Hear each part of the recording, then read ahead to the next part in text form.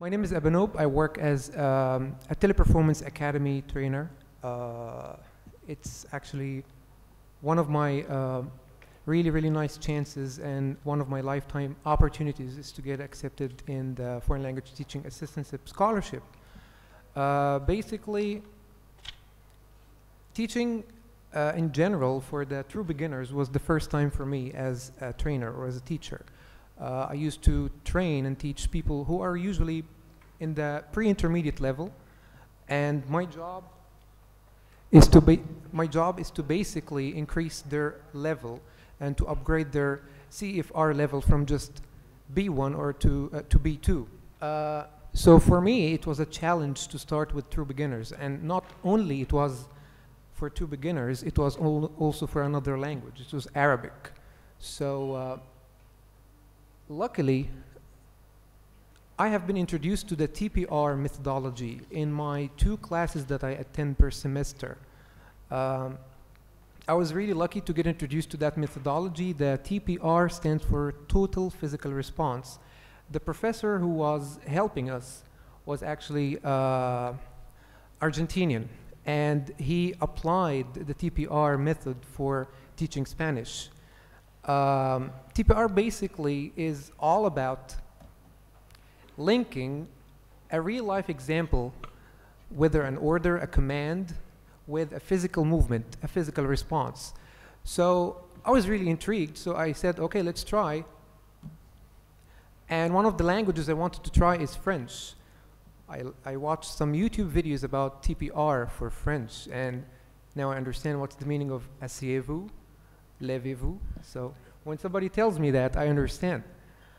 Why did that happen? It's basically because TPR has linked a new phrase or a new word to a real life event. It's like when you listen to that kind of command, you understand what you're going to do. But there's something that I was really concerned about. When I get back to my home country, how can I apply TPR for B1 level students or B1 trainees? They're already aware of what's the meaning of stand up. They have just grammatical issues, pronunciation issues. So luckily, again, I was introduced to the total physical response through storytelling. Now we're going to a higher level a bit. It's mostly the intermediate level. In order to understand how the TPRS works, it's all about a teacher standing and facing the students. Behind that teacher, there is a board of useful communicative phrases that are going to be covered in that class. And you might find the teacher going crazy a bit and, mimicking and using his body language or her body language. So I said, okay, that suits my needs, but there's another problem.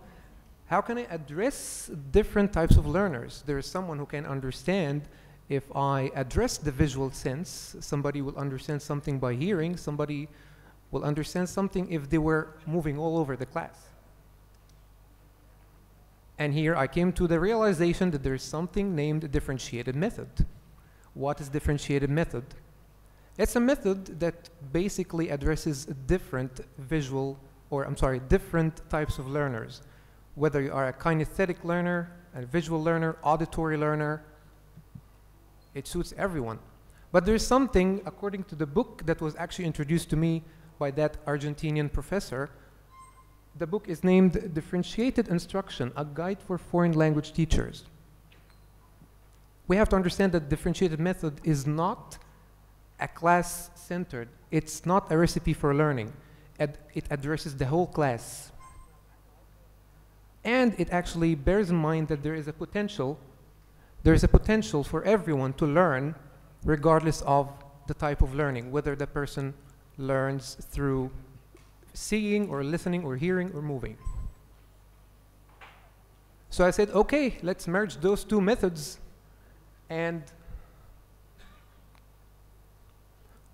TPRS will be followed. The teacher will be standing, covering the subject or covering the whole topic, and after he or she finishes, we will be introducing a visualized photo or a visualized animation of that story. Okay, now we address the visual learners.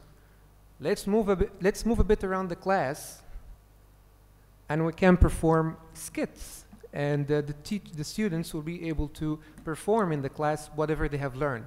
Not only they will be able to use what they have learned through TPRS, they are going also to use it in moving communicative approach, and you will be already seeing it in the visual animated video after covering the class. So overall, in a nutshell, instead of just fixating on one methodology, whether it's communicative, whether it's using the innate ability of understanding, it's always, there is a common ground between methodologies and strategies that we can always find. It's not only one way, there's a mix of ways. Thank you so much. Thank you.